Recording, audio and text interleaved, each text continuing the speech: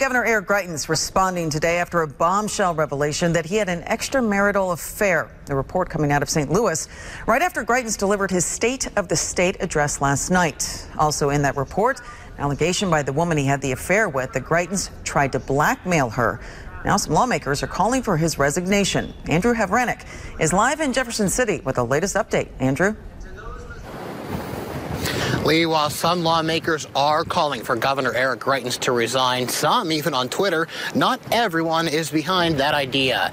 Now, before this morning's brief session of the House, Minority Leader Gayle McCann-Beatty told me these allegations of blackmail and the governor's admittance to an affair before his campaign are serious, but she wants an investigation to take place before calling for any resignation. I think at this point we need to let that investigation happen and see what comes from it. You know, right now my heart kind of goes out to his family because I'm sure they're having a very difficult time, and I think we just need to wait and see what the results of that before we decide that we need to condemn it. But they are troubling. Now, House Minority Leader Beatty also told me this morning during the legislative session that it might be difficult to do this legislative session with these allegations surfacing, but she's calling for her colleagues to not be too distracted by this for the remainder of the legislative session. Now, coming up tonight at 5 and 6, we have a lot more reaction from legislators and on their reactions for this developing story. But for now, reporting live in Jefferson City, I'm Andrew Havranek.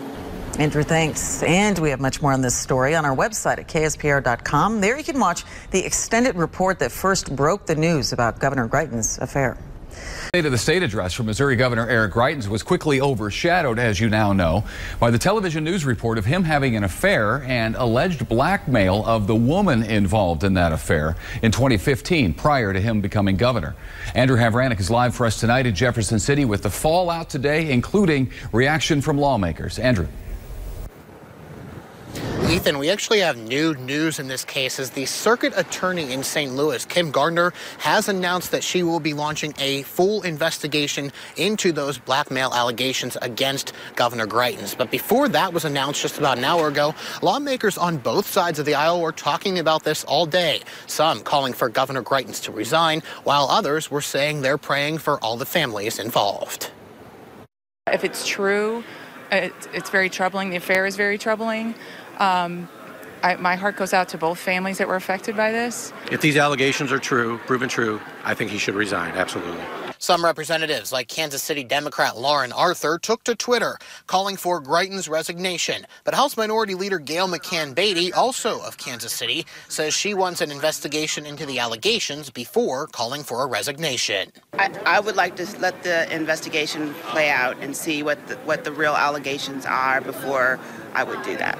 In the Senate, Republican Doug Libla has written a letter to State Attorney General Josh Hawley to investigate these allegations, which got some bipartisan support. However, Democratic Senator Maria Chappelle-Nadal, who faced repercussions for a Facebook post calling for President Trump's assassination in August, is calling out some members of her own party. Those Democrats who asked for my resignation were very slow or did not ask for either Warren Love's resignation or Governor Greitens' resignation.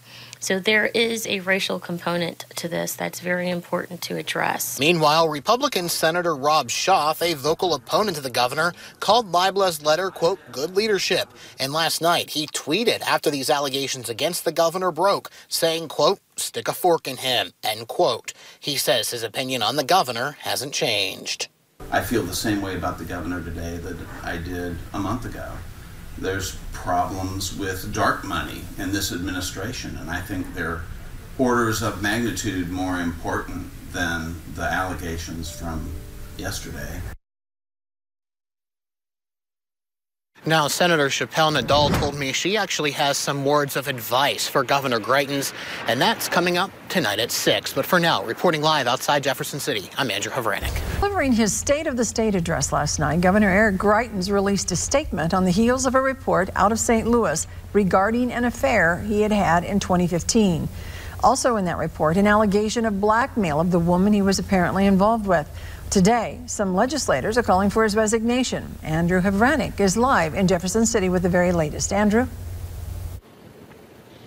Lisa, just about 2 hours ago, the circuit attorney out of St. Louis announced that she will be opening an investigation into that blackmail that has been alleged against Governor Greitens. Now, Governor Greitens denies any blackmail in this case, but he did admit to having an affair in 2015 before running for governor. Now, today, legislators on both sides shared their opinions, some asking for him to resign, others offering prayers for him and all the families involved. Democratic Senator Maria Chappelle-Nadal, who faced repercussions for a Facebook post last year, had some words of advice for the governor. Certainly, the allegations are worrisome, but the advice that I would give the governor at this point is to seek refuge in his religious leadership. If I were him, embrace that and take this as an opportunity to become a better person. Again, St. Louis Circuit Attorney Kim Gardner has announced she will be opening an investigation into those allegations of blackmail, and the governor has denied any blackmail in this case. But for now, reporting live from Jefferson City, I'm Andrew Havranek. Missouri's Governor Eric Greitens answers one question in a live press conference today about his extramarital affair. I'm Lisa Rose. And I'm Steve Grant. The governor offered no additional details, then deflected repeated questions about the affair while trying to lay out his budget recommendations. Andrew Havranek is in Jefferson City tonight with what the governor had to say. Andrew? Steve and Lisa, just about an hour ago, Governor Greitens held a conference releasing his budget proposal for the 2019 fiscal year. But as soon as he opened up questions from the media, the attention switched from the budget proposal right to the scandal that's enveloped the governor for the better part of about 2 weeks. Now, over the weekend, the governor spoke with the Associated Press and with the St. Louis Fox affiliate addressing the allegations of blackmail, which he has vehemently denied. He did the same today after the question was asked if he took a nude photo of the woman who is the subject of the governor's alleged blackmail. Multiple reporters trying to get the governor to clarify his response. The mistake that I made was that I was engaged in a consensual relationship, and it is a mistake for which I am deeply sorry. I've addressed everything in the answer that I just gave you and in the interviews that we did over the weekend. We're now moving forward. As you heard there, the governor and his office moving forward and probably will not be answering any more questions surrounding this apparent scandal. The legal fight is on. Tonight, news of immediate action by Missouri Governor Eric Greitens in response to a grand jury indictment today. The governor's attorney filing a motion to dismiss that indictment that accuses him of invasion of privacy.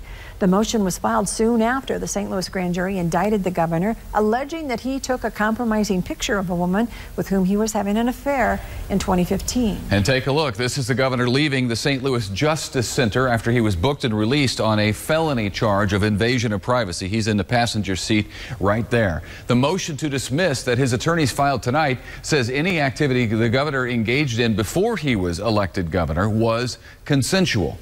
Andrew Havranek has been following the story all day and is live for us tonight at the state capitol in Jefferson City with reaction to the arrest and the charges. Nathan and Lisa, the indictment was unsealed around 4 o'clock this evening, and the grand jury said they had enough probable cause evidence to indict the governor on a felony invasion of privacy charge after the governor allegedly took fully or partially nude photos of a woman he admittedly had an affair with back in 2015 without her knowledge or consent. Now, here's a mugshot of Governor Greitens. He was taken into custody, as you heard, and released on personal recognizance, meaning they trust him to show up to court. His attorney called the indictment baseless and that they will file a motion to dismiss. Just a few hours ago, the governor released a statement himself, reading, quote, "With today's disappointing and misguided political decision, my confidence in our prosecutorial system is shaken, but not broken. I know this will be righted soon," end quote. He goes on to say, quote, "The people of Missouri deserve better than a reckless liberal prosecutor who uses her office to score political points. I look forward to the legal remedies to reverse this action." Now, there are members of both parties in both chambers calling for a resignation or an impeachment of Governor Greitens, and one legislator, Senate Majority Leader Mike Kehoe, said that they now question his ability to lead the state. I don't think it's my position to be the judge or the jury. You know, there's a court that will decide that. My concern is the governor's ability to lead the state. And the governor full well knows, as a Navy SEAL, that he understands the roles of responsibility and leadership. And it's my opinion that we should take that into consideration. We're going to have to figure out whether his abilities to lead the state going forward are something that he's able to do.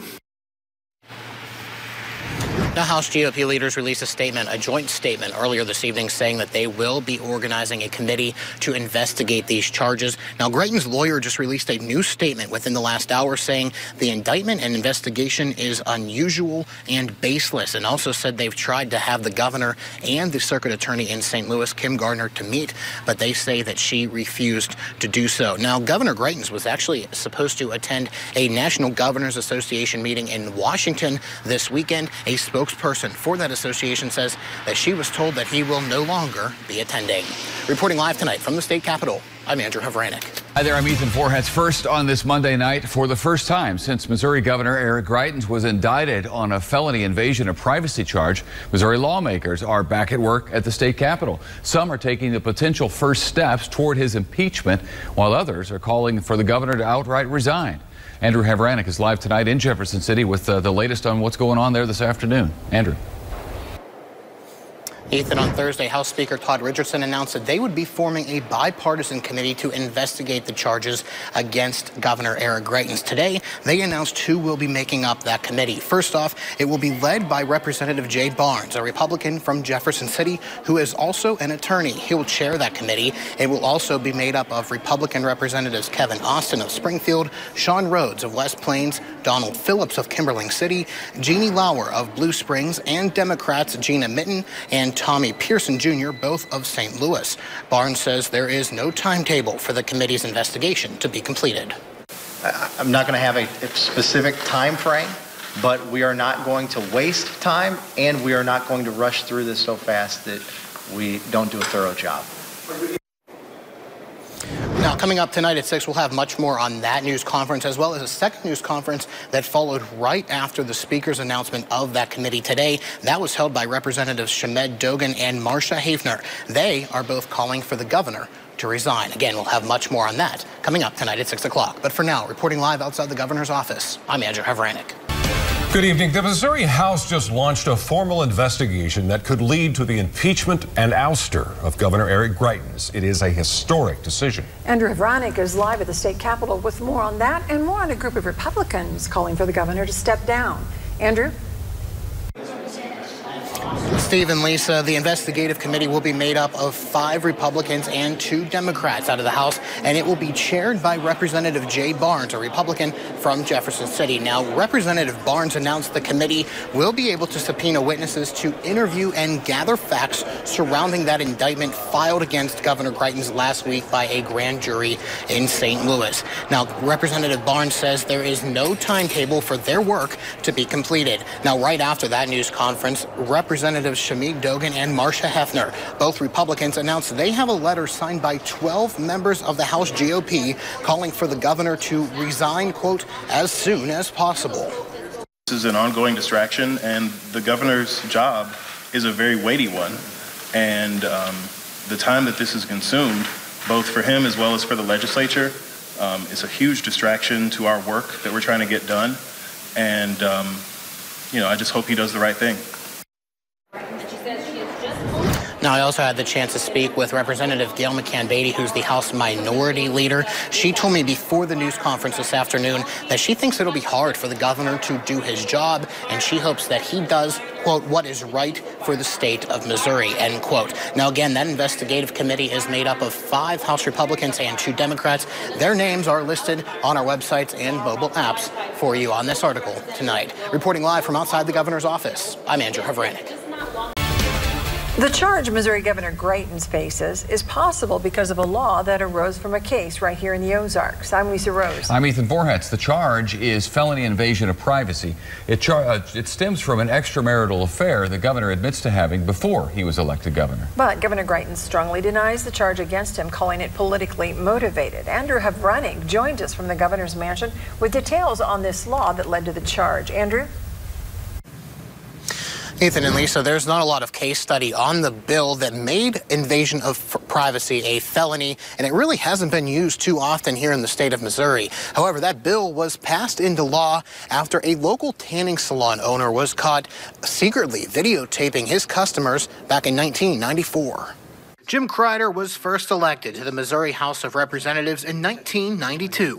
He served for 10 years and now works as the executive director of the Missouri Retired Teachers Association. He sponsored a bill in 1995 that made invasion of privacy a felony. We made it a felony to film someone, take photo of someone with a reasonable expectation of privacy. That law now thrown into the spotlight 23 years later. Back in 1995, when you sponsored this bill, did you ever think that it would be used on a sitting governor of the state of Missouri? Absolutely not. Kreider said he wrote the bill because of an incident at a tanning salon in Buffalo, Missouri. The salon owner was caught filming dozens of naked women with a secret camera. And at the time, there was no law in Missouri against that, basically, and created quite an outrage. The law was passed after those allegations. The salon owner was later convicted on a different crime. Prosecutors found out some of the clients he videotaped were minors. The attorneys for Governor Eric Greitens, who is accused of taking a non-consensual, compromising photo of a woman he admittedly had an affair with in 2015 before running for governor, want the indictment thrown out. They say the law was made to protect from, quote, peeping toms the victim is unaware of. The law has been used sparingly since being passed, and there isn't much case study on it. Kreider says it'll all be up to a judge. We wrote the law saying a reasonable expectation of privacy. To me, that's pretty clear. And to me, it's not hard to figure out where that is. But I'm not a judge. So it'll be interesting to see how they rule on that aspect of it. Now, both investigations, the criminal investigation and the House investigation into those charges, are both ongoing. Governor Greitens has vehemently denied that such a photo exists. The prosecution in this case says they do not have that photo in their evidence at this time. A trial date has been set for May 14th. Reporting live from outside the governor's mansion, I'm Andrew Havranek. Speaking up about an affair making national headlines. Today, the attorney representing the ex-husband of Governor Eric Greitens' former mistress held a news conference calling for the shaming of the woman and the attacks on the prosecutor to stop. Andrew Havranek is live outside the Jefferson City Police Department where that news conference took place with the details. Andrew? Lee, Attorney Al Watkins says he feels that supporters of the governor have been reckless with their comments that they've been making against the governor's former mistress. Now, Watkins says the governor's supporters have been tone deaf in those comments. He claims those comments are trying to intimidate the victim and her family and shame her in front of her children. He said in the midst of the Me Too movement, the governor and his supporters, who Watkins called shills, shouldn't be trying to shame the victim because that is how other victims don't come forward. Our actions cannot ignore the reality that men in particular, but persons in positions of power and authority, the only way they're going to be stopped from acting with this reckless disregard for the humanity of others is by being outed, and by those who are being outed or those who are doing the outing, those who are coming forward are supported. Now, the House committee investigating the charges against the governor have been meeting here at the Jefferson City Police Department behind closed doors. Those doors have been blacked out so you can't see in, and everything that happens in those meetings has been secret to the public and to the media. Now, the ex-husband of the governor's former mistress was expected to come here at 3:30 to testify in front of that committee. We'll have more on today's news conference coming up on our newscasts and at 5 and 6 o'clock. But for now, reporting live from Jefferson City, I'm Andrew Havranek. The ex-husband of Governor Eric Greitens' former mistress testified in front of the House Oversight Committee today, investigating the charges filed against the governor. That's according to the ex-husband's attorney, who held a news conference this afternoon. Andrew Havranek was there and is live tonight in Jefferson City outside the police department with details. Andrew. Ethan, the Jefferson City Police Department has been the location of all of the House committee's meetings this week. They've taken place behind closed doors, away from the public. Now, it's not clear what the ex-husband told the committee today, and it's not clear what the committee asked the ex-husband. And the attorney for that ex-husband says he came here on his own accord. It was the worst kept secret in North America. That's Albert Watkins, the attorney representing the ex-husband of Governor Eric Greitens' former mistress. He said his client went public with the audio recordings of his then-wife confessing an affair with Greitens, as well as alluding to a photo allegedly taken of her after calls from political operatives and journalists across the country started increasing. And it was not until one of his minor children received a call from a member of the media with an inquiry that said had just enough substance to it to give rise to this child, a minor, being in abject horror, such that he was compelled to turn to his dad and say, "What's going on?" During his news conference, Watkins also called out supporters of Governor Greitens. He said their comments about his client's ex-wife are reckless, especially in the light of the Me Too movement. Our actions cannot ignore the reality that men in particular, but persons in positions of power and authority, the only way they're going to be stopped from acting with this reckless disregard for the humanity of others is by being outed, and by those who are being outed, or those who are doing the outing, those who are coming forward are supported. Watkins also addressed the governor's attorneys, filing a motion insinuating the prosecution was intimidating witnesses and even threatening them to come forward or face repercussions. Watkins says his client has always been cooperative and testified Friday to the House committee on his own accord. He has not been accorded disparate treatment. He has not been promised anything. He has not been maligned. He has not been intimidated. He has not been threatened, nor would I venture to guess, has anyone. Now, the meeting between the man and the committee was held around 3:30 this morning and wrapped up just a few hours later. The committee is expected to hold more meetings next week. Again, they will all be closed to the public. Now, it's not clear if the governor's former mistress will be subpoenaed to testify to this committee, or if she is, it's not clear when that will happen. Now, I did reach out to Governor Greitens' attorneys this evening for comment. I have not yet heard anything back. Reporting live tonight in Jefferson City, I'm Andrew Havranek. Missouri Attorney General Josh Hawley has subpoenaed Governor Eric Greitens' Veterans Charity, as well as other entities tied in to the governor regarding accusations of not-for-profit law violations. Andrew Havranek is live tonight in Jefferson City with details. Ethan, Attorney General Hawley said he has issued 15 subpoenas when it comes to this investigation. He says he has issued subpoenas for Greitens' charity called The Mission Continues that was founded in 2007, his company, the Greitens Group, as well as the Greitens for Missouri campaign, as well as staff or former staff of all three of those groups. Now, he said he has also issued subpoenas to others, but he cannot name them because that would jeopardize the investigation. Now, this is the second investigation the Attorney General's office has had into the governor. The first one dealing with the governor's use of the Confide app, which deletes text messages after they're read. There were allegations that violated the sunshine laws, but Hawley's office said there was no evidence of any violations. Now, Hawley never pressed Governor Greitens to interview during that investigation, as his office doesn't have the subpoena power for sunshine law violation investigations. However, Hawley said that case could be reopened. The House should pass legislation giving this office subpoena authority, and the Senate too, and the governor should sign it. And if the legislature is willing to give us that authority, we will reopen the Confide investigation.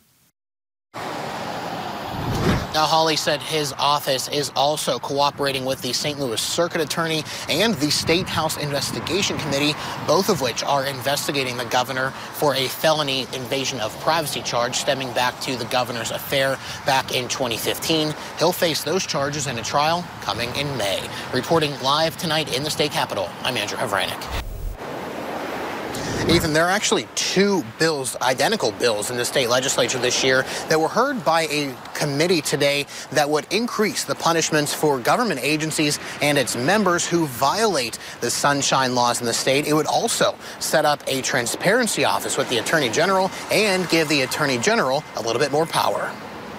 The sunshine law does ask for transparency, but if someone does not want to provide that transparency, there really is no prosecutorial authority by the Attorney General's office. If passed, the bill would give what lawmakers call teeth to the Sunshine Law. It would make it that if any government agency or its members knowingly violate the Sunshine Law, they would face a fine of between $500 to $10,000 and would also be found guilty of a Class B misdemeanor. That would carry jail time between 30 days to 6 months. These laws are important, and violators should be punished. Missourians must trust that their government is working for them, not against them. This legislation provides the Attorney General's office the tools needed to take enforcement action against those who choose to violate the law. Although the bill's sponsors say it's coincidental, this bill was heard in committee just days after Attorney General Josh Hawley told reporters an investigation into Governor Eric Greitens' use of the Confide app could be reopened. The House should pass legislation giving this office subpoena authority, and the Senate too, and the governor should sign it. And if the legislature is willing to give us that authority, we will reopen the Confide investigation. In that investigation, Hawley did not press his office to interview the governor, who could have invoked executive privilege because the Attorney General's office does not have subpoena power. This bill would give them that power in these types of investigations.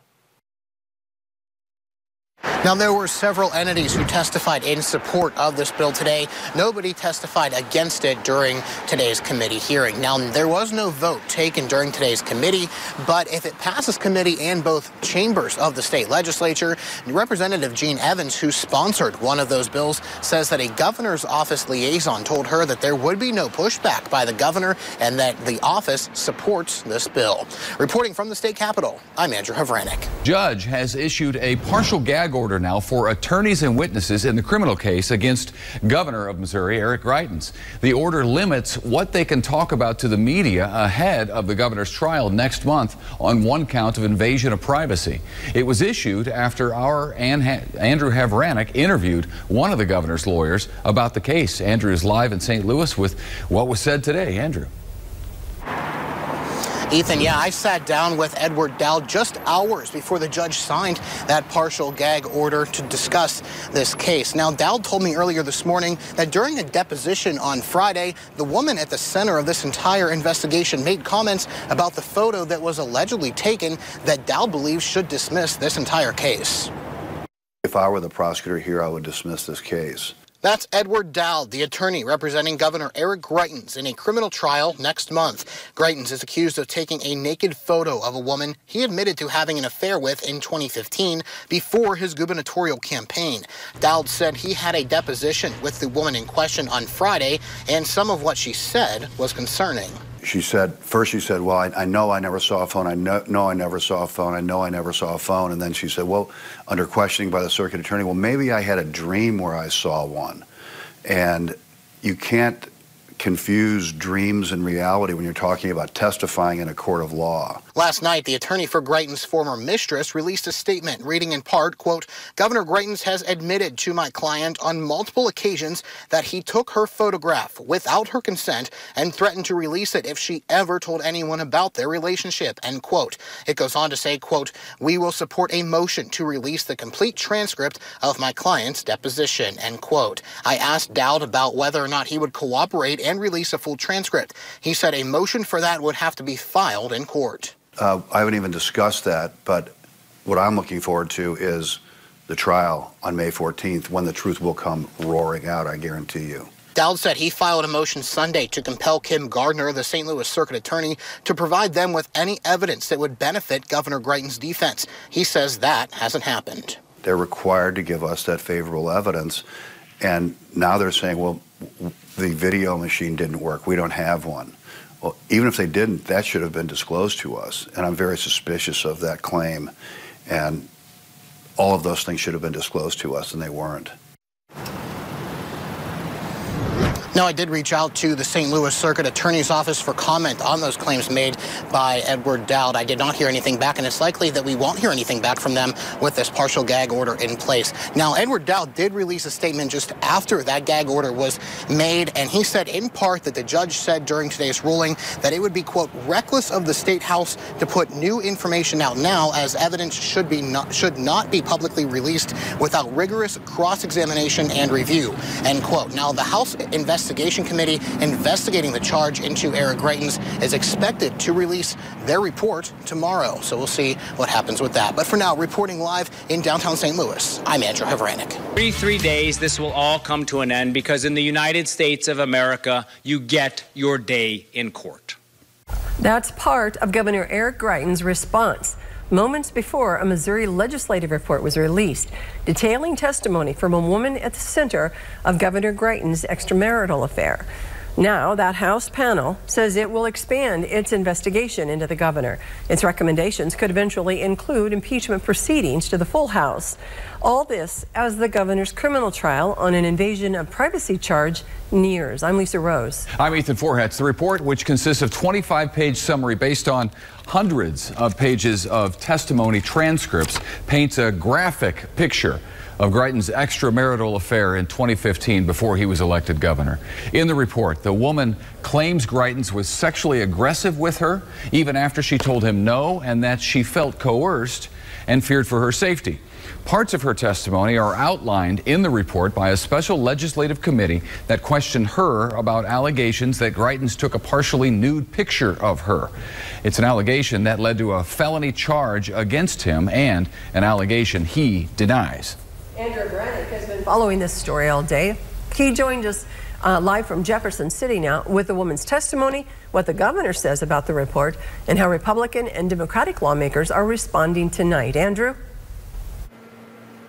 Yeah, Ethan and Lisa, that report is a 24-page executive summary along with about 130 pages of testimony transcripts from the governor's former mistress, two of her close friends, and her former husband. That report also contains about 46 pages of different exhibits that the committee used as information for their investigation. Now, the committee says that they did invite the governor to testify, but he turned it down.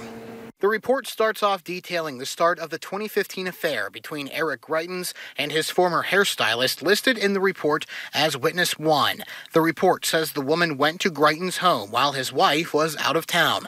There, the woman tells the committee Greitens wanted to show her how to do a proper pull-up. During that, the woman said Greitens blindfolded her and taped her hands to pull-up rings. While blindfolded, the woman said to the committee she heard him take a step back and said, "I can hear like a cell phone, like a picture, and I can see a flash through the blindfold." She then tells the committee she never saw an actual picture, nor did she recall the first time she saw his phone. Just 2 days ago, the report says the woman was questioned about that again after her deposition with Greitens' attorneys, where she claimed she may have been remembering a dream about the photo. The committee asked her, quote, "Did you ever see him in possession of a camera or phone?" end quote. She answered, "Not to my knowledge. I didn't see him with it." She also says she would not be able to say she saw him with a phone or a camera under oath. The committee says the woman then told them Greitens threatened her, saying, quote, "You're not going to mention my name. Don't even mention my name to anybody at all, because if you do, I'm going to take these pictures and I'm going to put them everywhere I can. They are going to be everywhere," end quote. So did the woman consent to any sexual activity with Eric Greitens? The committee says the woman testified, saying, "It's a hard question because I did it. It felt like consent, but no, I didn't want to do it." She goes on to say she felt coerced and that she feared for her physical self. The woman left Greitens' home and went to work, but returned later that evening to get the keys she had left at his house. The committee says the woman confronted Greitens about taking the picture of her. The woman told the committee Greitens said, "You have to understand I'm running for office, and people will get me, and I have to have some sort of thing to protect myself. And I thought about you, though, and I felt bad, so I erased it." Greitens, however, has publicly stated many times he never took the photo. After the report was released, Republican House leaders said the investigation would be expanded to consider possible punishments, including impeachment proceedings, while Democratic leaders in the House called for Greitens to immediately resign. The power given to the Missouri General Assembly to take disciplinary action or to remove elected officials from office is one of the most serious and consequential powers the Constitution grants the legislature. We will not take that responsibility lightly. We will not act rashly, but we will not shrink from it. After taking a little time to process the initial committee report and then listening to the governor's comments, it is clear to me that this governor must resign, and if he fails to do so, I believe we should begin impeachment proceedings. Now, just about an hour before that report was made public, the governor held his own news conference where he called the report that would come out just an hour later, quote, tabloid trash gossip, and said that all of the truth will come out during his trial next month. If the committee had waited 33 days, they would have received a full set of facts. Instead, it was decided to publish an incomplete document made in secret. One that, based on the falsehoods that have been pushed from the beginning, seems will be filled with lies that we now know may have come from a dream. In 33 days, this will all come to an end because in the United States of America, you get your day in court. Now, the governor declined to interview with that special committee, but the special committee says that the invitation is still open for him to do so. His legal team said just about a week and a half ago or so that they will do so after the criminal trial is all wrapped up. Now, something of note, joining the state representatives calling for the governor's resignation is Senator Claire McCaskill. She's also joining in on that, as well as Attorney General Josh Hawley, also calling for the governor's immediate resignation. Now, the House of Representatives will not have any General Assembly or any hearings tomorrow or Monday, so they will not return to work until Tuesday morning. Now, the criminal trial for Governor Eric Greitens is scheduled to start, with jury selection on May 10th and will officially start on the 14th. Reporting live tonight from the state capitol, I'm Andrew Havranek. Missouri Attorney General Josh Hawley revealed his office has uncovered evidence that could lead to Governor Greitens being charged for using a donor list from Greitens' charity for his campaign. However, he says the clock to charge the governor is ticking down. Andrew Havranek joins us live from Jefferson City tonight with more details on what lawmakers are saying about all of this. Andrew? Steve, Attorney General Josh Hawley did say that the statute of limitations on this case will be up soon. However, he didn't say exactly when that would be. However, he did say that there is enough evidence that Governor Greitens could be charged with computer tampering when he obtained the donor list from his charity, The Mission Continues, and allegedly used it to help fund his gubernatorial campaign. Evidence now in our possession would likely support a finding of probable cause that Mr. Greitens obtained an electronic donor list created by The Mission Continues for that organization's internal purposes.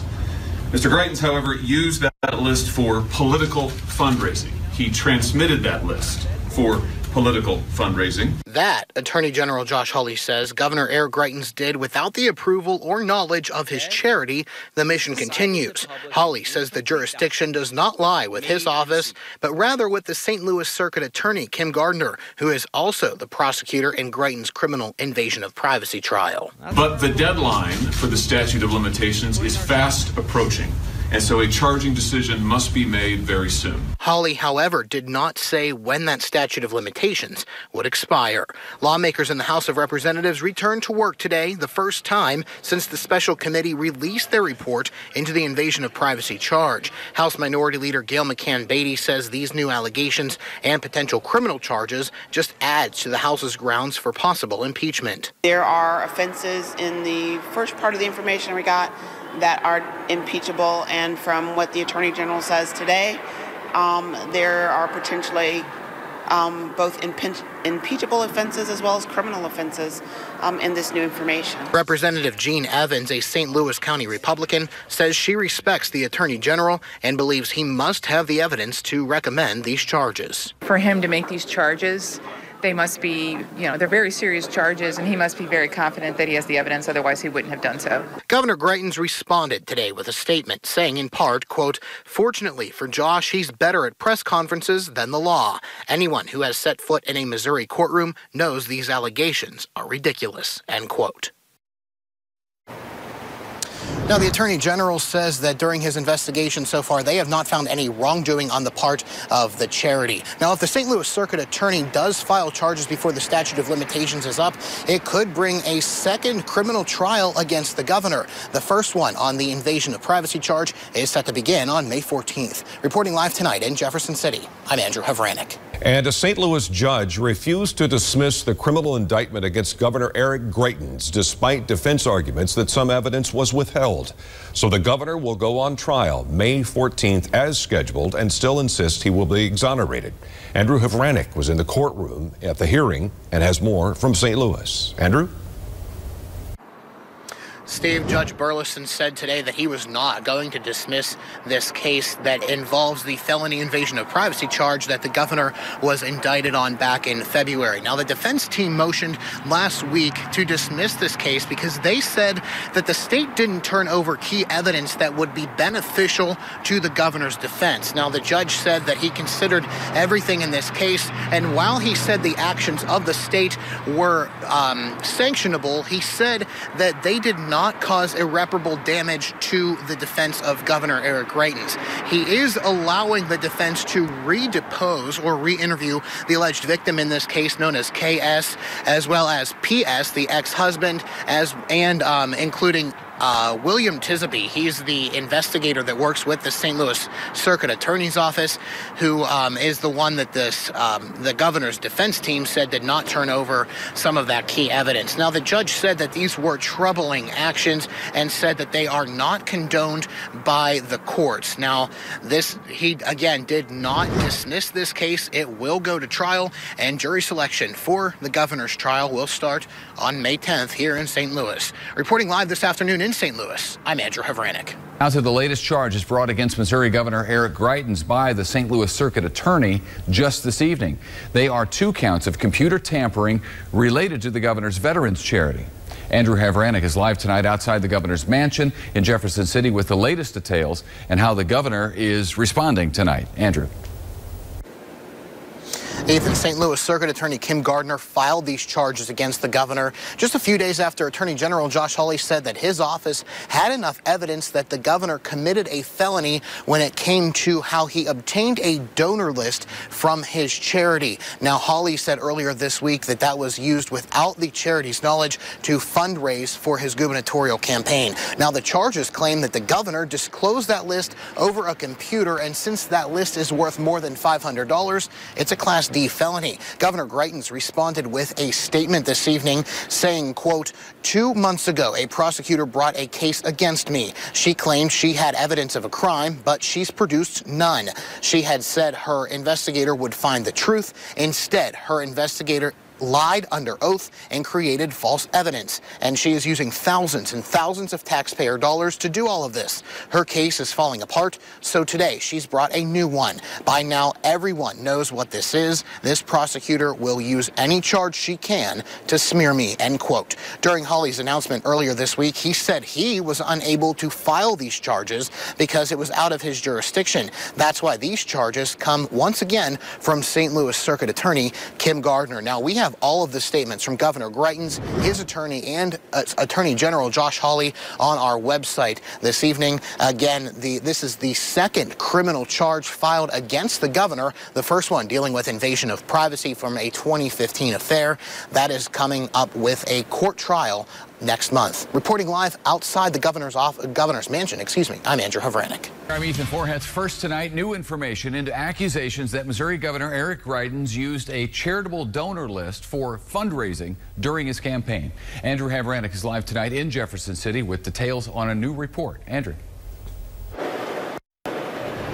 Ethan, the committee released a 22-page report with hundreds of pages of testimony and other evidence that they say shows Governor Greitens obtained that donor list from his charity from his administrative assistant and used it to fundraise nearly $2 million for his gubernatorial campaign. And they also say that he lied to the State Ethics Commission.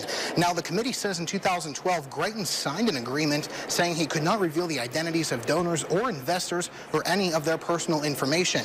Now, preparing for his run for governor, Greitens was forwarded a list of every donor who gave more than $1,000 by the charity for the purpose of making calls for charity donations. Now, the committee says that list was sent to Greitens' campaign members, and Greitens' former finance director says he was told the list was to be used for political fundraising at the direction of Eric Greitens. Now, then a complaint was filed. The committee says Greitens lied to the State Ethics Committee about how he got the list. Bolivar Republican Mike Stevens says he's deeply troubled, but he won't rush to judgment on what should happen with the governor. We'll have sound from him as well as sound from House Minority Leader Gail McCann-Beatty coming up at 6 o'clock. Now, the governor's campaign defense team released a statement just a few minutes ago saying in part, quote, if Chairman Barnes were on a quest to find out the truth, he has unfinished business to conduct. He ought to ask the campaign for its version of events before acting as a judge and jury in a matter that was settled long ago. With the special session of the legislature ready to start 30 minutes after the regular session ends in Jefferson City on May 18th, the possibility of Governor Eric Greitens being impeached is looking more probable. Andrew Havranek spoke with a law professor at the University of Missouri today and is live tonight outside the governor's mansion with more on exactly how this process could play out. Andrew. Ethan, we've only ever seen one elected official in the state of Missouri impeached. That was the Secretary of State back in 1994. So the impeachment of a governor would be a first. However, there is a certain process that would be followed. The power to discipline elected officials is the most serious of legislative powers. That's Missouri House Speaker Todd Richardson announcing the call for a special session after a petition gathered signatures from 138 representatives and 29 senators, well over the required 3/4 in each chamber. Regretfully, the call of this historic act is for the sole purpose to consider the findings and recommendation of the House committee, including disciplinary actions against Governor Greitens. So how would an impeachment of a sitting governor work? First, articles of impeachment would have to be drafted by a member of the House and then voted on by all representatives. The governor would then be suspended.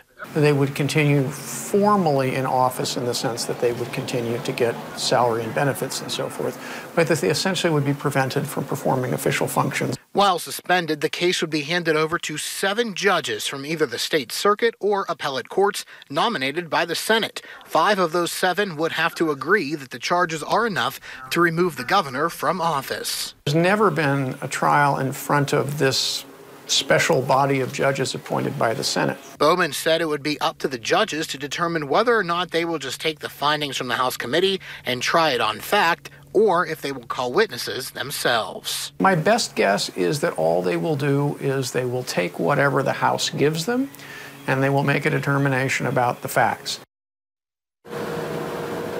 Now, if Governor Greitens is impeached and removed from office, Lieutenant Governor Mike Parson will take his place as governor.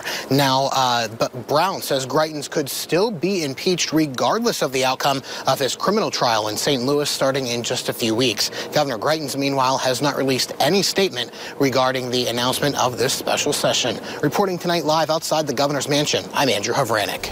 And good day from KY3 News. Jury selection is underway in a St. Louis courtroom for the invasion of privacy trial for Governor Eric Greitens. KY3's Andrew Havranek is covering the proceedings for us and joins us live from downtown St. Louis. Andrew?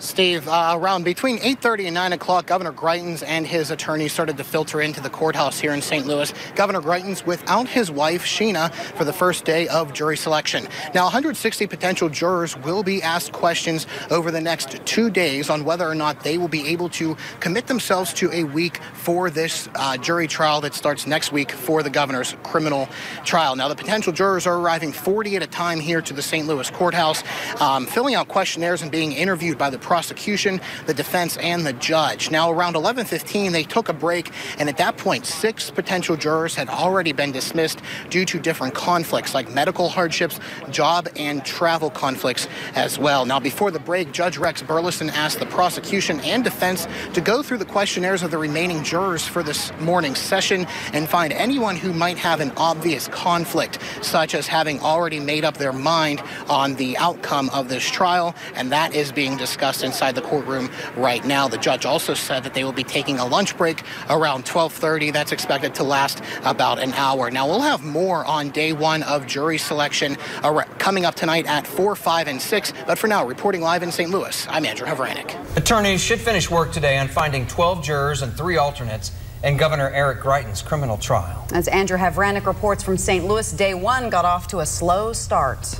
Day one of jury selection for Governor Greitens' felony trial took a little bit longer than expected. Judges and attorneys hoped to get through 80 potential jurors of a total of 160, but they only got through 40 of them. 17 were sent to Monday's round of questioning, where they will then decide which 12 will sit on the case and which 3 will be alternates. Now, Governor Greitens arrived Monday morning around 8:30, with lawyers arriving before and after. Greitens was not with his wife, but did have security detail with him as he shook hands with the sheriff and made his way inside the courtroom. He had been seated at the table with his defense team all day and watched as potential jurors made their way in and out of the courtroom to be questioned. Some of the questions so far has been whether or not each person had any hardships that would conflict with serving on the jury all of next week. Some were let go to medical reasons, job conflicts, and pre-scheduled travel. Other questions asked have been whether or not media coverage has influenced their decision for or against either party. Here's Judge Rex Burleson and Greitens' attorney Ed Dowd after day one. Long day. Long tomorrow, too? Taking longer than you expected? Mr. Dowd, do you think it's delayed at all, the trial? Did you think it was going to take this long to find a jury? I'm really not allowed to comment on it. I wish I could.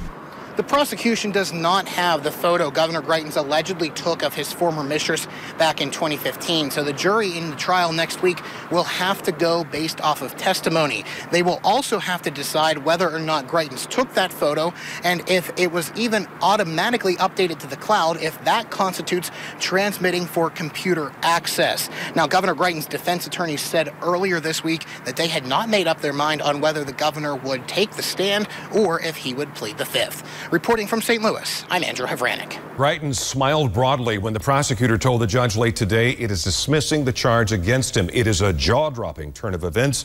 And Andrew Havranek is at the courthouse in downtown St. Louis with more about what happens next. Andrew. Steve, the governor just held a news conference, the first time since this news came out that the charges against him with this felony invasion of privacy case have been dropped, at least for now. Just around 10 minutes to 5, the state and his defense attorneys came out of the judge's chambers after about an hour break and said that the state was dismissing the case for now and needed to look into getting a potential prosecuting attorney to refile these charges. That's because Greitens' defense attorneys filed a motion that would have made Kim Gardner, the circuit attorney here in St. Louis, a witness. Now, the attorney for the St. Louis Circuit Attorney's Office said that they needed to either get a special prosecutor or use somebody that is one of Kim Gardner's associates to refile this case. Now, there's a lot of questions on who that special prosecutor could be, whether it could be Attorney General Josh Hawley or just another third party in general. Now, there are still other charges pending against Governor Greitens, including that felony computer tampering charge with how he obtained a donor list from his charity and used it for political fundraising. Here's the governor after that news of the dismissal came down. But even in the hardest and most difficult situations, we can find tremendous blessings. Above all, I am sorry for the pain that this process and my actions have caused my family, my friends, and the people of Missouri. Now, something interesting on Friday at 6:30 is the start of a special session of the Missouri legislature that was announced just a few weeks ago for the sole purpose of looking into the House reports and to consider whether or not they should file articles of impeachment against Governor Greitens. I did reach out to representatives to see if this changes anything. I have not yet heard back. Again, these charges of invasion of privacy have been dismissed. The state is looking into getting a special prosecutor to potentially refile these, and the governor still faces a felony computer tampering charge with obtaining his donor list for political fundraising. Live tonight in St. Louis, I'm Andrew Havranek. Now back to that stunning announcement today. The prosecution dropping its single invasion of privacy charge against Missouri Governor Eric Greitens. The governor saying tonight in person and on Facebook, the prosecutor dropped the false charge against me, calling it a great victory and a long time coming. The charge was initially filed in connection to an affair the governor had in 2015 prior to being elected governor, in which he was accused of taking a compromising photo of a woman without her consent. Andrew Havranek has more tonight from St. Louis on how that surprise decision played out.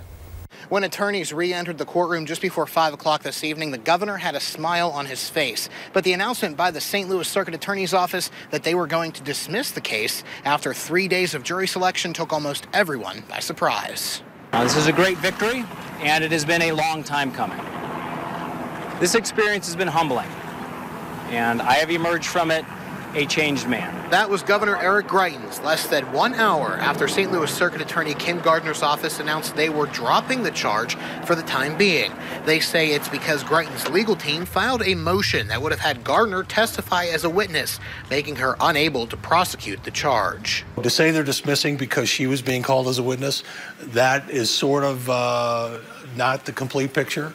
It's more likely they saw that they didn't have the photograph and maybe it was going to be a weak case. The announcement of the drop charges comes after almost 3 whole days were spent on jury selection, which actually pushed the start of the trial back a day. St. Louis law professor John Amon says it might be tough to find a jury if a special prosecutor does refile those charges. It makes it harder. There will be an argument that bringing this case again would be a misuse of the taxpayers' money, and I believe you'll see that argument from the Greitens team if they refile. However, the clock for a special prosecutor to refile is ticking. And we understand they have 27 days to do that. That's what's left on the statute of limitations. Governor Greitens finished his brief news conference with an apology. Above all, I am sorry for the pain that this process and my actions have caused my family, my friends, and the people of Missouri.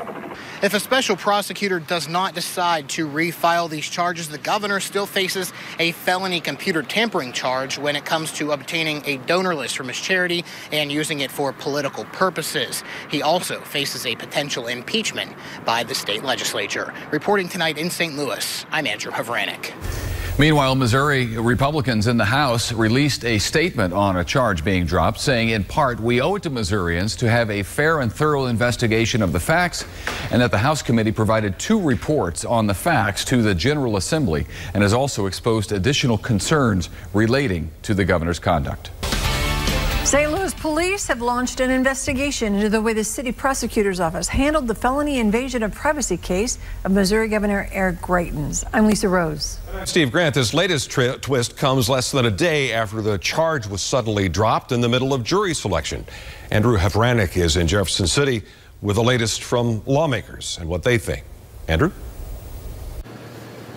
Steve and Lisa, yeah, the St. Louis City Police said that they will investigate that special investigator, William Tisby, after the defense argued that he perjured himself and lied about his methods and evidence in the investigation into Governor Greitens' invasion of privacy case.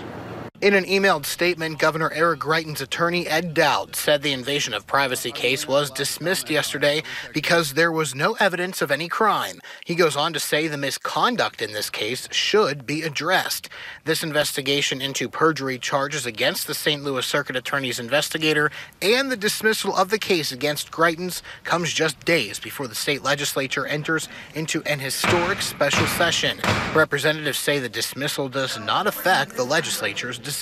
We didn't need any kind of criminal conviction to move forward with impeachment proceedings.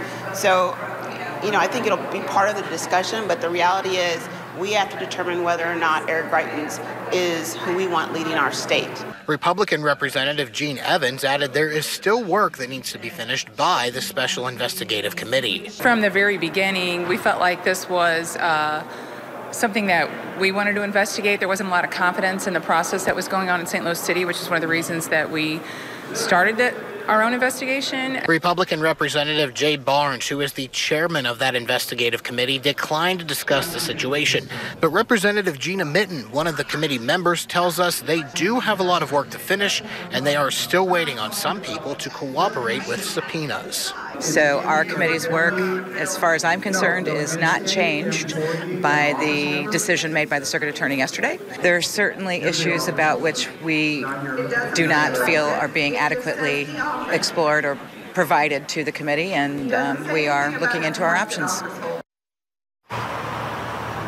Attorneys for the governor sent Representative Barnes a letter containing a schedule that they believe the committee should have the special session follow. I saw him give that to Representative Mitten earlier this morning, and I asked her about it. She said that the special session would proceed the way they feel is best. Now, we will be linking that letter from the governor's attorneys in this article on our website this evening. Reporting live tonight outside the state capitol, I'm Andrew Havranek.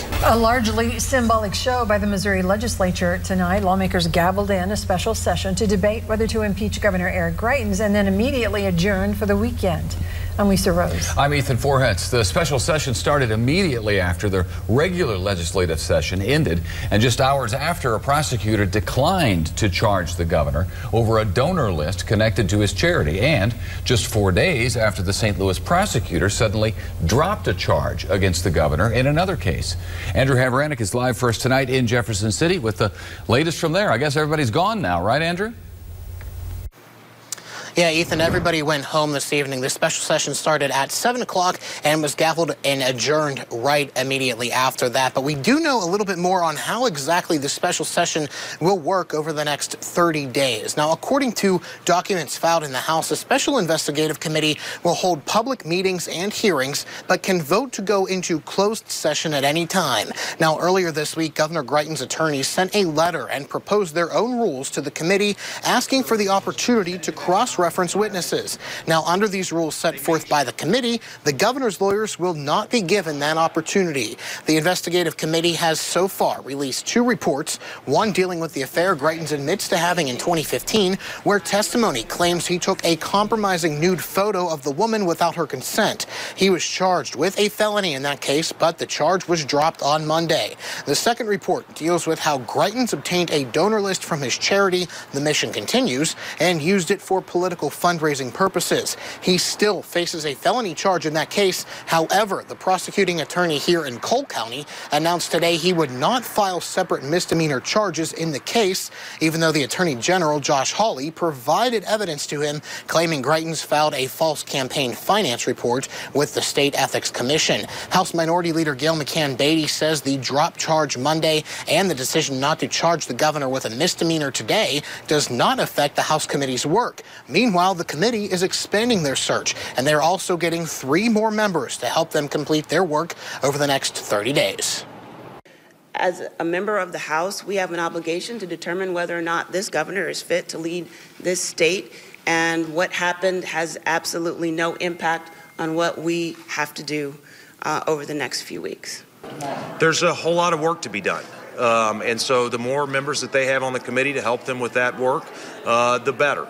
And to the extent that that we can get them an additional manpower, that's the reason.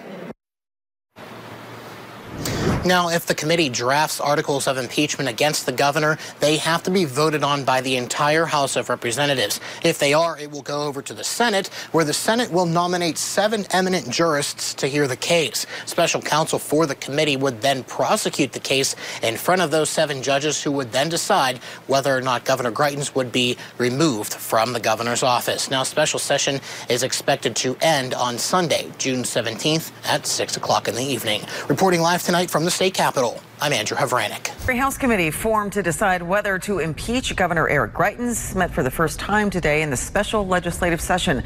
Members are looking into allegations ranging from sexual misconduct to misuse of a charity donor list. It adopted the rules for the session proposed last Friday, but the governor's attorneys aren't very happy with them.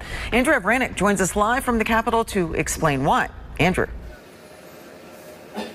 Lee, House Resolution 2, which outlines the rules for the special legislative session and for the special House Investigative Committee, do not allow for Governor Eric Greitens' office's attorneys to cross-examine the witnesses that the House committee has used in their investigation. Now, the committee has received hundreds of pages of testimony from the St. Louis Circuit Attorney's Office, including over 700 pages of cross-examination of the woman who had an affair with Greitens, who claims he took an unwanted picture of her, unwarranted picture of her while she was partially naked and coerced her into sexual acts, which Greitens denies. Springfield Republican Representative Curtis Trent expressed concern that it wouldn't allow Greitens' legal team to cross-examine her. But Republican Representative Don Phillips said allowing that would essentially filibuster what the committee is doing.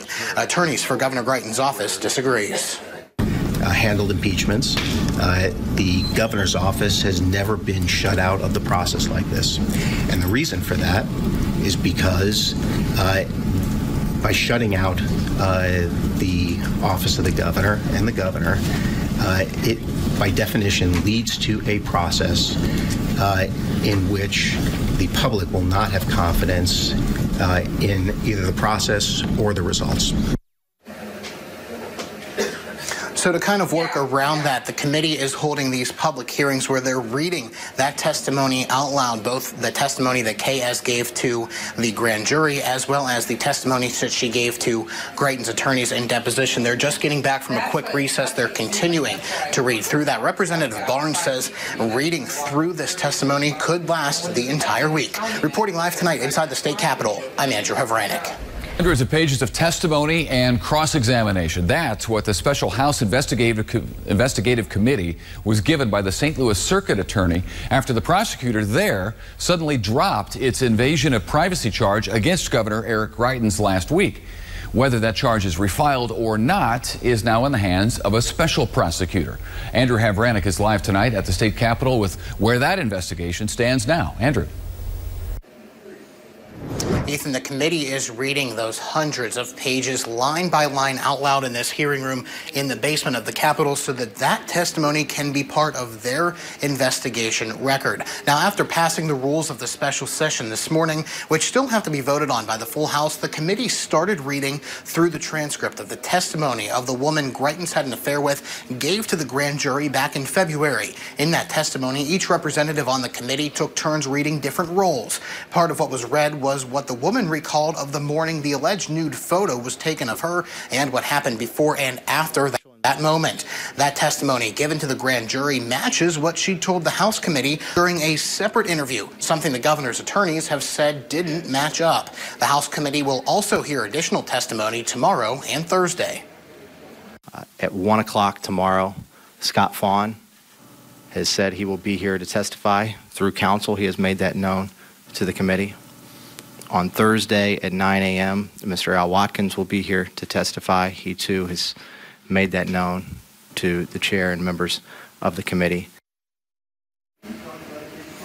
Now, Scott Fawn is the Missouri Times publisher who allegedly gave $50,000 to Al Watkins, who is the attorney for KS's ex-husband in this case. Now, the committee will continue to read these transcripts until they are finished. They said it could take the entire week. Now, meanwhile, in St. Louis this morning, the judge announced that Greitens' next court date for the felony computer tampering charge related to the charity donor list he allegedly used for political fundraising is going to be held on July 2nd. Reporting live tonight from the state capitol, I'm Andrew Havranek. Pages of testimony and cross-examination from an invasion of privacy charge are now in front of the special Missouri House Investigative Committee, all of which could lead to impeachment proceedings against Governor Eric Greitens. The committee is working to read the documents into the record of their investigation. Andrew Havranek is live tonight in the state capitol with details on where the special session stands right now. Andrew? Lisa and Steve, the committee have been reading those pages and documents of testimony and deposition for almost 6 hours now in this hearing room at the Capitol. They say it could last the better part of this week to get it all spoken into record, redacted, and then published for the public. Now, one of the reasons they're doing it this way is because the rules they adopted for the special session do not allow for the attorneys representing Governor Greitens' office to cross-examine the witnesses they have interviewed for their investigation. Attorneys for the governor's office expressed concerns with that process, as did Springfield Republican Representative Curtis Trent, who is now on the committee. But Trent says the committee is working around those concerns so people have confidence in this committee and the special session. There's reason for concern, and I think this afternoon, when we have a dry reading of the testimony, I bet questions will occur to people, and they'll wonder why those questions weren't asked. You know, that is an issue, but I think that we've tried to address that in other ways that I hope will be effective, and that will create a product that everyone can rely upon and have confidence in. Now, tomorrow at 1 o'clock, the committee will be hearing testimony from Scott Fawn, the publisher of the Missouri Times, who allegedly gave $50,000 in cash to Al Watkins, the attorney representing the ex-husband of KS. Watkins is expected to testify on Thursday. Now, meanwhile, a judge in St. Louis announced today that Greitens' next court date for the felony computer tampering charge dealing with his donor list, his charity's donor list, will be July 2nd. Reporting live tonight in the state capitol, I'm Andrew Havranek. The man who paid more than $100,000 cash to the attorney representing the ex-husband of Governor Eric Greitens' former mistress took the stand for questioning today. He testified to the Special House Investigative Committee, looking into charges and allegations against the governor for more than 3 hours already. Andrew Havranek is live in Jefferson City with just how much money was paid and where it came from and why. Andrew?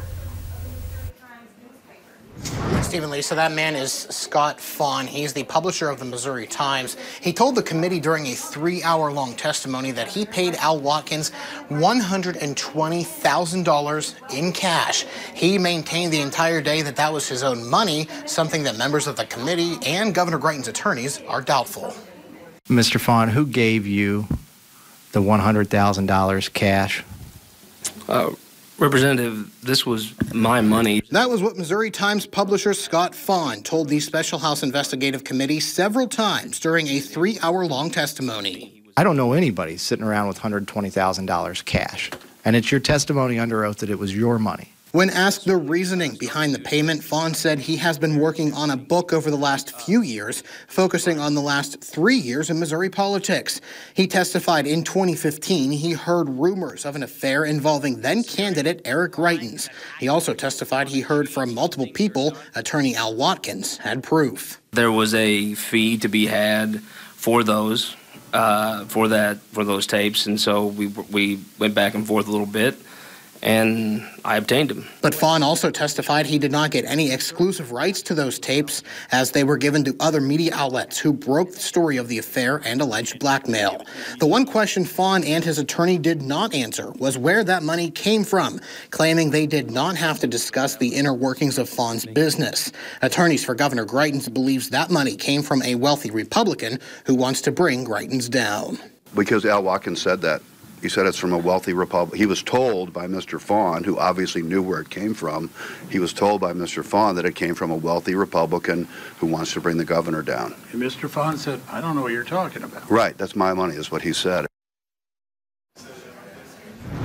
Greitens' attorney also say that Fawn was not in a financial place to make that payment, and say that first $50,000 payment was made the day the ex-husband was first interviewed by the news about this affair scandal. Now, they also had asked the committee to cross-examine Fawn, something that they were denied, as they are not permitted to under the rules of the committee in this special session. Now, the committee is still working behind me. They are reading the hundreds of pages of documents given to them by the St. Louis Circuit Attorney's Office, but Al Watkins will testify in front of them tomorrow morning at 9 o'clock. Reporting live from the state capitol, I'm Andrew Havranek.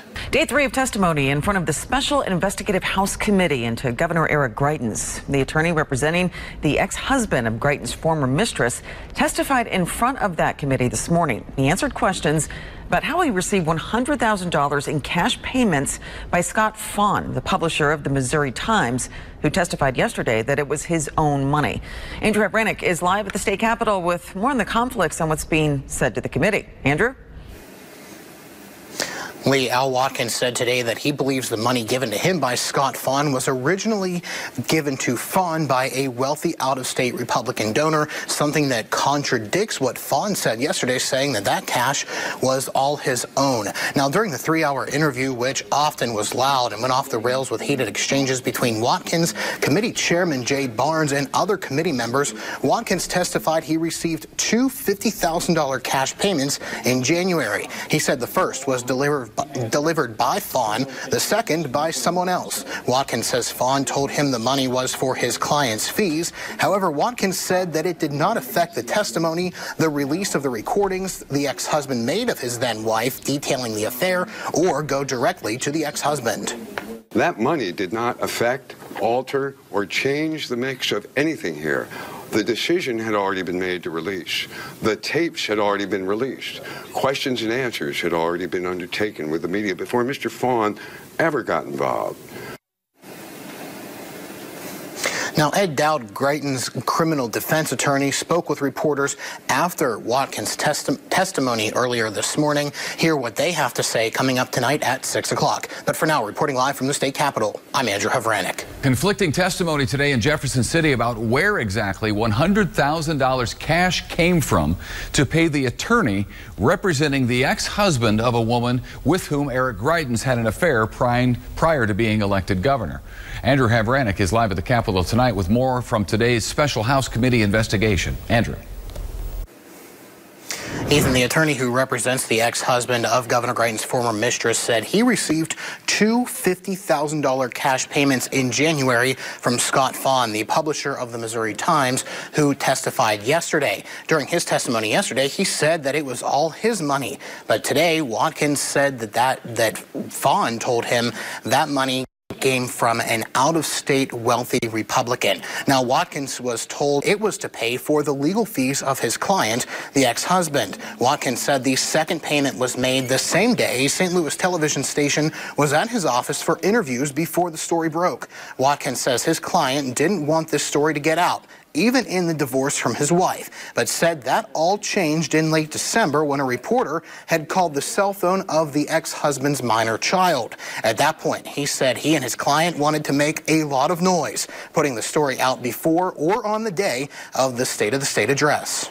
When that happened, my client knew, understood, and appreciated that this was a choice between bad and really bad. And in this case, he felt that the only way to ensure the safety of his family and of his children and of himself was to get this message out so that it was not something that would be hanging over his head. Now, before Watkins' testimony earlier this morning, one of Greitens' attorneys and the committee chairman, Representative Jay Barnes, got into a heated discussion on when Governor Greitens himself would testify and if he would do it at all, because this is the 87th day of the committee. We'll show you some of that heated discussion coming up tonight at 6 o'clock. But for now, reporting live from the state capitol, I'm Andrew Havranek. Mr. Dowd, answer the question that's been presented. I've already answered that question. You don't know. I don't. This picture, it's a bit grainy. Heated exchanges and conflicting testimony before that special committee investigating Governor Eric Greitens. Good evening, I'm Lisa Rose. And I'm Steve Grant. This revolves around how Al Watkins, the lawyer who represents the ex-husband of Greitens' former mistress, received $100,000 cash. Andrew Havranek is live with what was a raucous day at the Capitol. Andrew? Steve and Lisa, yesterday Scott Faughn, the Missouri Times publisher, said that $100,000 in cash was his own money. But today, Watkins said that Faughn told him that money came from a wealthy out-of-state Republican. Now, during testimony, Watkins was often loud, getting into arguments with committee chairman Jay Barnes and other representatives while being questioned. However, before testimony even started, Greitens' defense attorney Ed Dowd and Representative Barnes got into it on why Greitens hasn't testified to the committee, which has now been working for 87 days. So when will Mr. Greitens show up to testify, Mr. Dowd? That has not been determined. We're on the 87th day. It takes you 87 days to make such a decision? Well, as you know, these matters are now being investigated yet again, this false case that was dismissed by the prosecutor. Mr. Dowd, do you think it's important for us to get both sides of this? Do you think it's important to get both sides? I think it's important for you to get as much good information as you can. We have more of that heated conversation on our website. The committee is done for the day, but they will be back tomorrow at 10 o'clock to hear testimony from a forensics examiner. Reporting live tonight from the state capitol, I'm Andrew Havranek. The committee heard testimony from attorney Al Watkins for over 3 hours today, some of it filled with profanities and vulgar language. But outbursts from Watkins upset many committee members.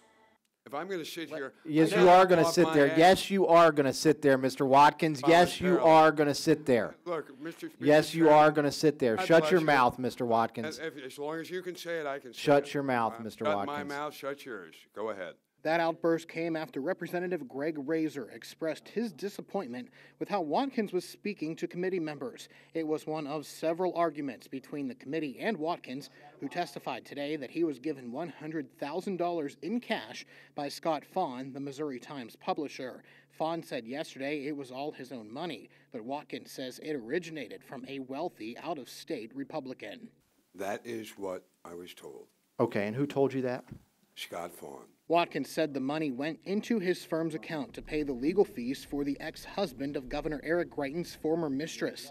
Watkins says his client has never received that money personally. The bank that we deposited the money in was the bank at which our firm maintained its bar-approved IOLTA trust account, and then confirmed that the money was deposited into that trust account. Watkins also said the ex-husband never wanted this story to get out, stating he didn't bring it up during divorce proceedings. But in December, that all changed when a reporter called the cell phone of the ex-husband's minor child. Before this testimony, Greitens' criminal defense attorney, Edward Dowd, got into an argument with committee chairman Jay Barnes on why the governor has not testified yet to the committee, and it's been nearly 90 days. So when will Mr. Greitens show up to testify, Mr. Dowd? That has not been determined. We're on the 87th day. It takes you 87 days to make such a decision? Well, as you know, these matters are now being investigated yet again, this false case that was dismissed by the prosecutor. Mr. Dowd, do you think it's important for us to get both sides of this? Do you think it's important to get both sides? I think it's important for you to get as much good information as you can. We have complete coverage of everything that happened today on our websites this evening. The committee will return tomorrow to hear testimony from a forensics examiner at 10 a.m. Reporting tonight from the state capitol, I'm Andrew Havranek. The outburst from committee chairman Jay Barnes started after new committee member Representative Curtis Trent, a Republican from Springfield, started to pass out a 5-page document given to him by Greitens' legal defense team, apparently in relation to the testimony they were hearing from a forensics examiner. We are not here to have one side of this process play games with us. Barnes was speaking to attorney Michelle Nasser of the Dowd Bennett law firm, who was observing for her law partner, lead defense attorney Ed Dowd. Your partner told us yesterday, yelled at the chairman, yelled at me, and said he couldn't provide them, and yet magically they are here. That's offensive to this committee. It's offensive to this process. The committee decided not to use those documents given to Representative Trent, calling them cherry-picked. We have consistently and repeatedly, and indeed I cannot think of a single instance where we have not concluded unanimously that the information was insufficient and indeed cherry-picked in such a way that it was not the truth. Nasser, who had not been in these hearings until today, said she has never been spoken to like that as an attorney. I felt totally bullied. He said that he wants us to be a truthful process where both sides are being heard, yet we cannot call our own witnesses. We can't object. We can't question anybody. This is not a truth-finding process. Before all of that happened, Brian Coburna, the forensics examiner who searched Governor Eric Greitens' phone, said there was not enough evidence to prove or disprove a photo was taken or deleted of the former mistress the day she claims a compromising one was taken of her. Just because I don't find a photograph or don't find an item doesn't mean it did not exist. Right. I want to be clear on that. His testimony was cut short, and the committee says he will not be called back until they receive all of the documents they requested from Greitens' legal team related to this investigation. The committee also announced today they have subpoenaed Governor Eric Greitens to testify to the committee. However, his attorneys say they are not sure whether or not they will comply. The committee also announced they have also subpoenaed the former mistress to testify yet again on June 5th. Reporting tonight from the state capitol, I'm Andrew Havranek. Today, I am announcing that I will resign as governor of Missouri. Amid mounting scandals, today Missouri Governor Eric Greitens did what he had said he would not do. He is stepping down. His stunning announcement comes after Greitens was subpoenaed to testify before the Missouri Special Session Committee.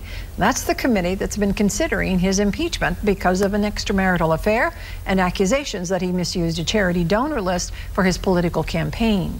I'm Lisa Rose. And I'm Steve Grant. The governor's resignation takes effect this Friday evening, June 1st. The sometimes brash 44-year-old outsider who promised to boot out corrupt career politicians lasted 17 months as Missouri's 74th chief executive. Andrew Havranek joins us now from Jefferson City Live with more. Andrew? Stephen, Lisa, Governor Greitens announced just about an hour or so ago that he will resign from the governor's office at 5 o'clock Friday evening, paving the way for Lieutenant Governor Mike Parson to become the 57th governor of the state of Missouri. Now, Greitens cited increasing legal pressure and mounting legal fees. Also mentioned the stress that this has caused on his family for the past 5 months. However, Governor Greitens maintained his innocence and argued that he was the victim of a political conspiracy. I will let the fairness of this process be judged by history. It has been a great honor and a privilege to serve as your governor. Traveling the state, I have talked to many of you who harbor extraordinary anger at this ordeal and for those who have pushed and promoted it.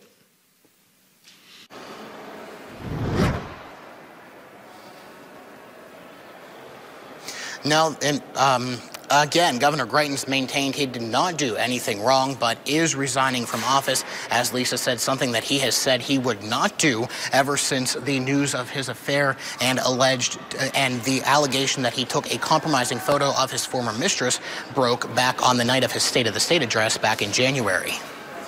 Andrew, kind of a lightning round of questions here. First, this ends the impeachment process, presumably, but what about the criminal investigation? Does that go on?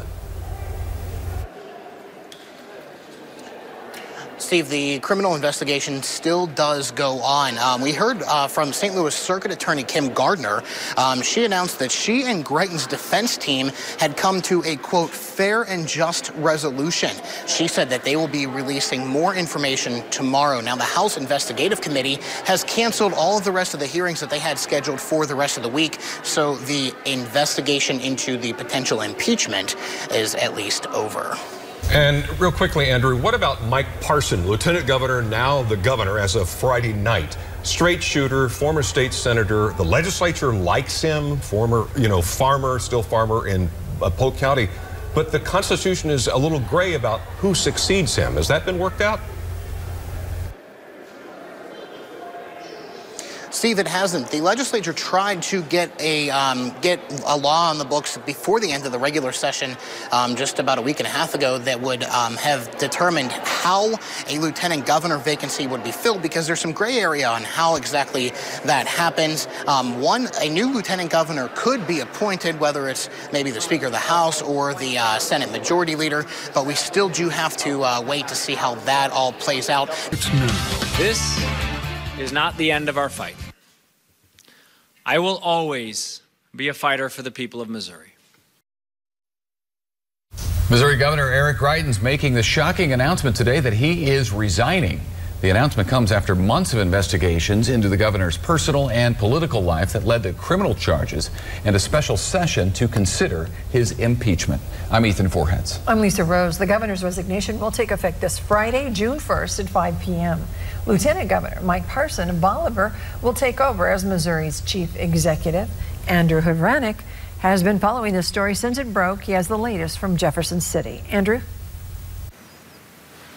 Lisa and Ethan, Governor Greitens has said for the past 5 months he would not resign from the governor's office, saying he did not do enough to warrant the 2 felonies that he was charged with. He also maintained his innocence today during the announcement of his resignation and said that increasing legal costs and increased stress on his family led to his decision to resign. Today, I am announcing that I will resign as governor of Missouri effective Friday, June 1st at 5 p.m. That announcement came just after 4:30 Tuesday evening, 5 months after the news of an affair and allegations that Governor Greitens took a semi-nude photo of his former mistress without her consent broke the night of his State of the State address. The last few months have been incredibly difficult for me, for my family, for my team, for my friends, and for many, many people that I love. Greitens maintained his innocence and argued he has done nothing wrong, but said this was instead a political conspiracy. Traveling the state, I have talked to many of you who harbor extraordinary anger at this ordeal and for those who have pushed and promoted it. For those who would be moved to vengeance, let us allow history and God to bring justice. Greitens' announcement comes during the second week of a special session of the state legislature, which was for the sole purpose of letting a special House investigative committee finish its work gathering testimony and potentially recommend the impeachment of Governor Greitens.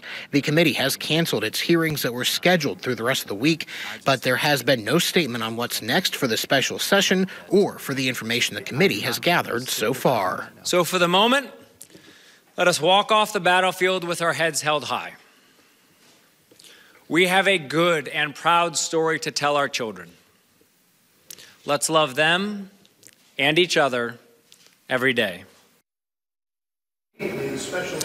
St. Louis Circuit Attorney Kim Gardner released a statement after the governor's announcement saying that she and Greitens' defense team had reached a, quote, fair and just resolution and that they would be releasing more information tomorrow. The Jackson County prosecutor, who was appointed as the special prosecutor in the invasion of privacy case dropped by Kim Gardner just 2 weeks ago, said her investigation continues and no deals have been made between her office and the governor's defense team in that case. Live tonight from the state capitol, I'm Andrew Havranek. Governor Eric Greitens' sudden announcement yesterday that he was resigning has raised many questions about why he changed his mind after nearly 5 months of pushback.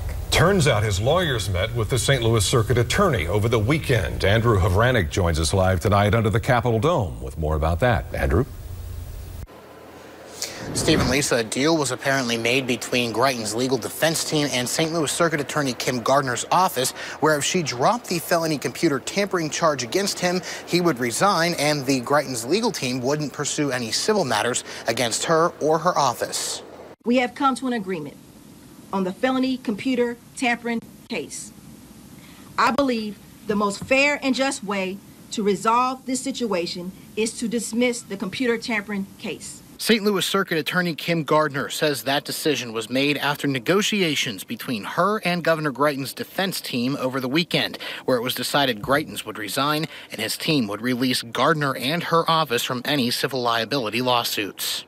Contrary to Mr. Greitens' past statements, there was no witch hunt. No plans to bring pain to him or his family. I remain confident that we have the evidence required to pursue charges against Mr. Greitens. But sometimes pursuing charges is not the right or just thing to do. Attorney General Josh Hawley, who recommended charges be filed after his office's investigation into Greitens' misuse of a charity donor list for political gain, said the dismissal was her decision, but his investigation into the Mission Continues charity is ongoing. We will continue and conclude that investigation in an orderly fashion. It is still open at this time, and we'll follow the normal processes to finish that and then render a final decision and report. Meanwhile, in Jefferson City, the Special House Committee responsible for their own investigation into Greitens, which could have led to his impeachment, has finished now that Greitens will resign Friday evening. However, House Speaker Todd Richardson said he is not sure whether or not the committee will release any further findings. Now, Speaker Todd Richardson also said they're working on a date for Lieutenant Governor Mike Parson to make an address to a joint session of the House and Senate. I just had a lawmaker reach out to me and said that they were asked to come back on June 11th, and they believe that it is for that address after Lieutenant Governor Mike Parson is sworn in as governor, which will happen on Friday. Now, Richardson also said that they do not expect any last-minute vetoes from Governor Greitens on any of the bills that they signed today to go to the governor's desk. And it is truly an honor to serve as Missouri's 57th governor. I will support. A historic chapter in Missouri history. A former Ozarks sheriff with a cattle farm now occupies the state's highest office. Good evening. I'm Steve Grant. I'm Lisa Rose. The peaceful transfer of power began at 4 o'clock with a prayer service for Mike Parson as Eric Greitens' office delivered a letter of resignation to the Secretary of State. 30 minutes ago, the lieutenant governor became Missouri's new chief executive, and our Andrew Havranek was there and joins us from the governor's office. Andrew?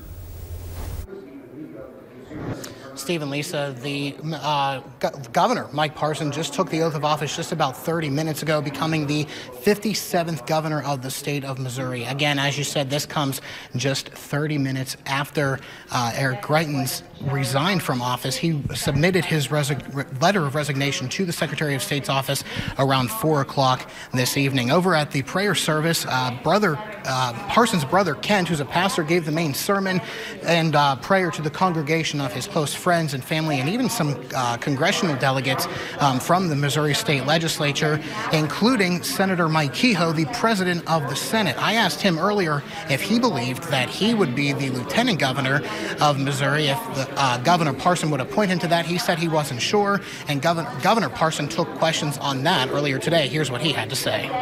I do believe that there is some validity in appointing the lieutenant governor of the state of Missouri. That's the way it's most other offices. It needs to be cleared up. We would have liked to got that done this year in the legislative process, but we're going to look into that further.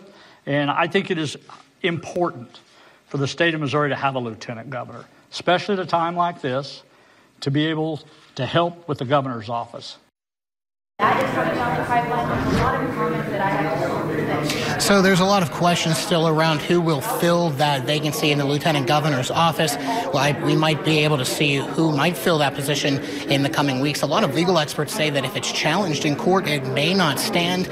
Again, Governor Parson said he is going to look into filling that. He said earlier today before his swearing in that he's optimistic and that he still has a little bit of work to do for the transition before he feels like he's going to be really hitting the ground running on Monday. He said he's going to reach out to a few representatives and senators in the state legislature and also to some city leaders across the state to see how he can better the state during his term, which will end in January 2021. Reporting live from inside the governor's office, I'm Andrew Havranek.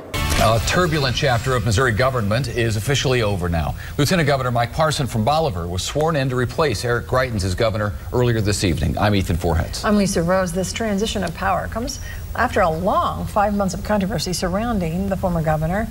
Andrew Havranek's live tonight in Jefferson City with the latest on the change in the governor's office. Andrew? Lisa and Ethan, Governor Mike Parson said he is optimistic and honored to now be in the governor's office here at the Capitol, and he says his job as the 57th governor of Missouri is to move the state forward.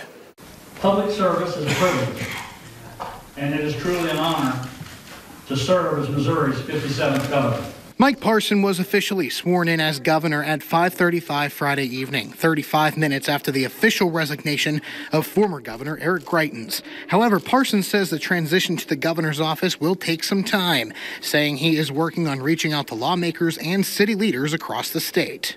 Several phone calls with congressional delegations still with some of the congressmen and trying to set up some meetings with them, reaching out to city leaders across the state.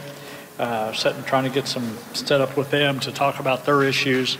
So really it's just we're in the planning stage, we're still in the transition part, and we will continue to do that over the weekend. And then Monday morning we should be able to hit the ground and get started as being the governor of the state of Missouri. First Lady Teresa Parsons says it's been a whirlwind of a week. It's been nonstop. We haven't slept much. We've been going, and Mike's been working and having meetings every day. She says she spoke with former First Lady Sheena Greitens earlier this afternoon and said they had moved everything out of the governor's mansion, saying it would be clean tomorrow. However, Parsons said they aren't sure when they will officially move in. One of the biggest questions that has been asked since Greitens announced his resignation Tuesday is who would replace Parson as lieutenant governor. The state constitution doesn't outline how that position is replaced, but Governor Parson believes it's important to fill that office. We're going to look into that further, and I think it is important for the state of Missouri to have a lieutenant governor, especially at a time like this, to be able to help with the governor's office and to be able to work together for the betterment of the state of Missouri. There is speculation Parson could nominate Senate President Jefferson City Republican Mike Kehoe, but Kehoe downplayed those rumors. That subject will be out there, and whenever he decides to act on it, that will be his decision. Governor Mike Parsons spoke to a joint session of the State House and Senate for about 15 minutes this evening, calling it a fresh start for the state of Missouri. He also urged those lawmakers to come together to move the state forward after a turbulent 5 months of state politics. Today is a time for a fresh start, for our state to recommit ourselves, each and every one of us, including you in the galleries. We must work together for a better Missouri. Trying to clear the cloud left by former Governor Eric Greitens, Governor Mike Parson praised the work of the legislature over the past 5 months. Throughout the legislative session, you have respected each other. You respected the process, and you respected the people of this state. And in the midst of political strife, you debated and argued passionately for issues you care about. His first address sat well with members of both parties, including members of the state's U.S. congressional delegation. I think he is very much reaching out to both sides of the aisle, looking for some unity in how we restore trust and faith in this building. I think that is probably the most important thing that we need to do. We always learn from the past to look forward to the future, and I think our best days are ahead of us. After Parsons' address, Speaker Todd Richardson gavelled out of the special session, which was started to allow the Special Investigative Committee looking into allegations and charges against former Governor Eric Greitens to finish their work and to consider potential impeachment. There's no word on whether or not that committee will continue its work. We have not met since the resignation, and I have not been informed of if we're going to meet again or what our role, if any, will be from here on out. So I don't know. Governor Mike Parson will kick off a 2-day statewide listening tour tomorrow with stops in Springfield and Branson in the morning. Reporting tonight from the state capitol, I'm Andrew Havranek.